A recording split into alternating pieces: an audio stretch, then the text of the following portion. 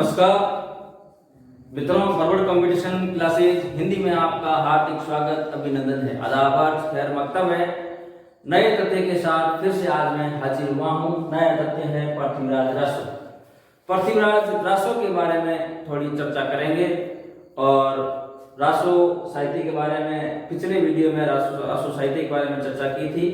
अब पृथ्वीराज रासो के बारे में चर्चा करेंगे। रचनाकार कौन है और किस समय लिखा गया, तिथि कर्म क्या है, इनके बारे में चर्चा करेंगे। देखिए मित्रों, पृथ्वीराज रासो के रचनाकार चंद बरदई है। ये आप सभी को पता है। इसके रचनाकार चंद बरदई है। ब्राह्मण बताया जा रहा है, कहीं ब्राह्मण बताया जा रहा है जाति इनकी, और कहीं चारण भी बताया जा रहा है। कालक्रम के बारे में हजारी प्रसाद द्विवेदी ने इस ग्रंथ को 12वीं शताब्दी की रचना मानी है। 12वीं शताब्दी रचना मानने वाले हजारी प्रसाद द्विवेदी है। 12वीं शताब्दी की रचना मानने वाले डॉक्टर हजारी प्रसाद द्विवेदी है और माता प्रसाद गुप्त ने इसे 14वीं शताब्दी की रचना माना है। माता प्रसाद गुप्त है, उसने इनको 14वीं शताब्दी की रचना माना है और हजारी प्रसाद द्विवेदी जी ने इनको 12वीं शताब्दी की रचना माना है। दोनों बात अच्छी तरीके से याद रखिएगा। चंद्र बरदाई की जो रचना है पृथ्वीराज रासो, डॉक्टर हजारी प्रसाद द्विवेदी जी ने 12वीं शताब्दी माना और माता प्रसाद गुप्त ने इनको 14वीं शताब्दी की रचना माना। अधिकतर विद्वान इसे 13वीं शताब्दी की रचना मानते हैं। यह भी मत हमें मिलता है। इसमें 69 समय है। 69 समय जिसको अध्याय कहते हैं वो 69 है, 69 है। 69 समय है। इसमें 69 समयों में विभक्त है, अध्यायों में विभक्त है। ये सवाल कई बार परीक्षाओं में पूछा जाता है कि पृथ्वीराज रासो में कितने समय हैं। 69 या समय शब्द का क्या अर्थ है? अध्याय। आचार्य रामचंद्र शुक्ल ने कहा कि चंद्र बरदाई हिंदी के प्रथम महाकवि माने जाते हैं तथा इनका पृथ्वीराज रासो हिंदी का प्रथम महाकाव्य है।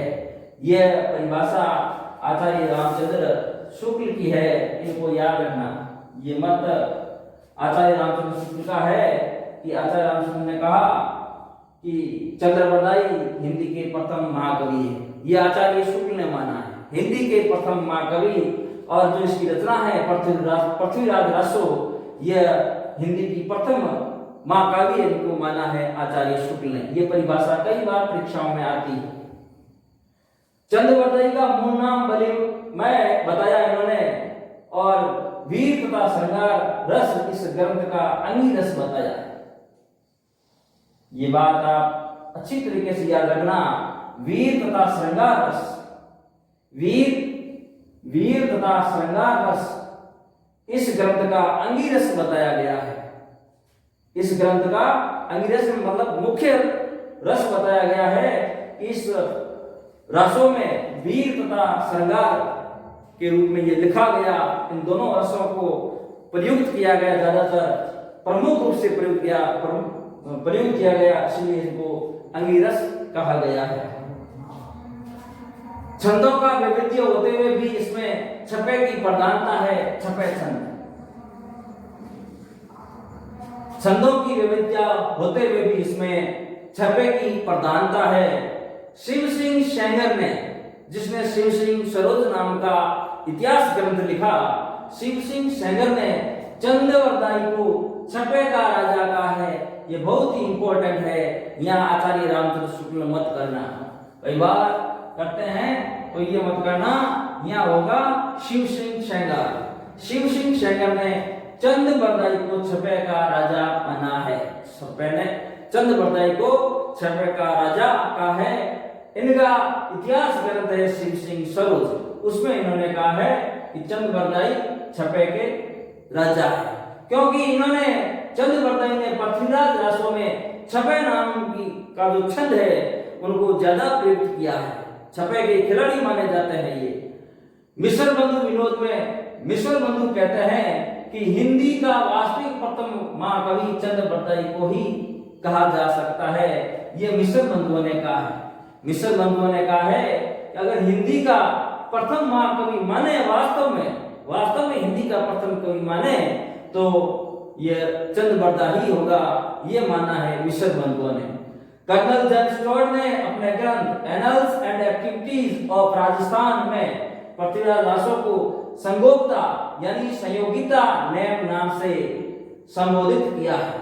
जो हमारे कर्नल जेम्स टॉड इतिहासकार हुए हैं, जो राजस्थान का इतिहास उन्होंने संग्रहित किया है, उनकी जो पुस्तक है annuls and activities of Rajasthan, उसमें इन्होंने संयोगिता को संगोप्ता कहा है, नाम को नेम कहा है, लिखा है अपने ग्रंथ के अंदर संगोप्ता नेम यानी संयोगिता नाम से संबोधित किया है।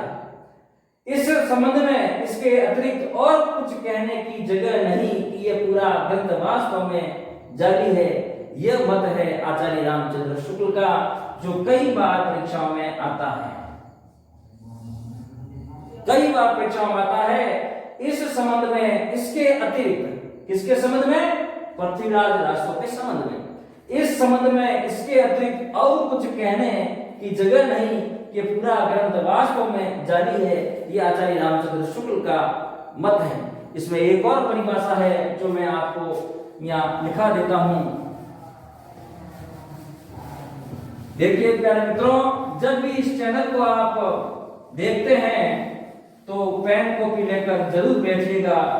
जो भी महत्वपूर्ण बिंदु है उनको नोट करते रहिए, आपके लिए पढ़ने में सुविधा होगी। और टेलीग्राम चैनल पर जाकर आप इनकी पीडीएफ प्राप्त कर सकते हैं।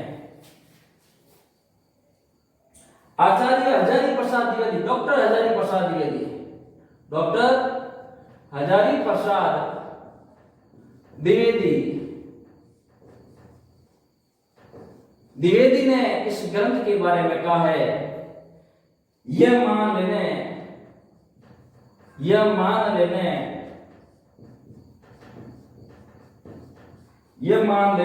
मैं किसी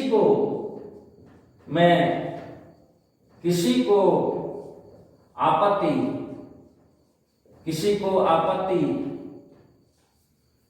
नहीं है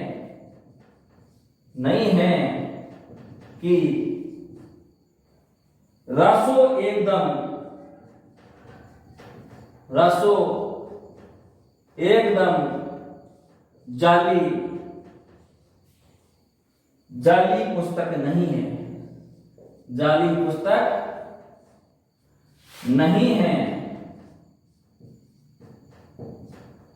जाली पुस्तक नहीं है। इसमें बहुत अधिक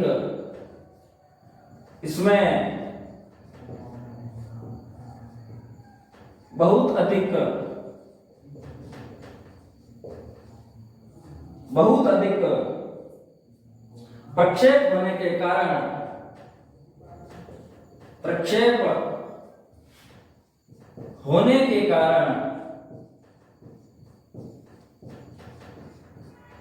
होने के कारण उसका एक विकृत अवशेष हो गया है।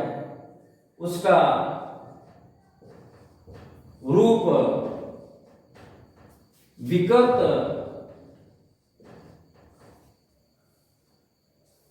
अवश्य हो गया है।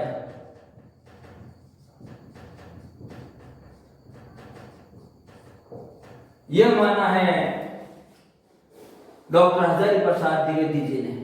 डॉक्टर हजारी प्रसाद द्विवेदी जी ने कहा पृथ्वीराज रासो के बारे में, यह मान लेने में किसी को आपत्ति नहीं है कि रासो एकदम जाली पुस्तक नहीं है। इसमें बहुत अधिक प्रक्षेप होने के कारण उसका रूप विकृत अवश्य हो गया है। यह मत है डॉक्टर हजारी प्रसाद द्विवेदी जी का। और पहले जो मत पढ़ा था वास्तव में जाली ग्रंथ है, वो आचार्य रामचंद्र शुक्ल का मत था। नमस्कार दोस्तों, आज इतना ही। कल नए वीडियो के साथ हाजिर होऊंगा। अगला वीडियो नया होगा और उसमें इसी संबंध में चर्चा की जाएगी रासो साहित्य चंद बरदाई द्वारा रचित पृथ्वीराज रासो के बारे में चर्चा करेंगे और रासो की प्रवृत्तियों के बारे में भी चर्चा करेंगे। मित्रों, इस चैनल को ज्यादा से ज्यादा शेयर करें, लाइक करें, सब्सक्राइब करें। मैं आपका अति आभारी रहूंगा। नमस्कार।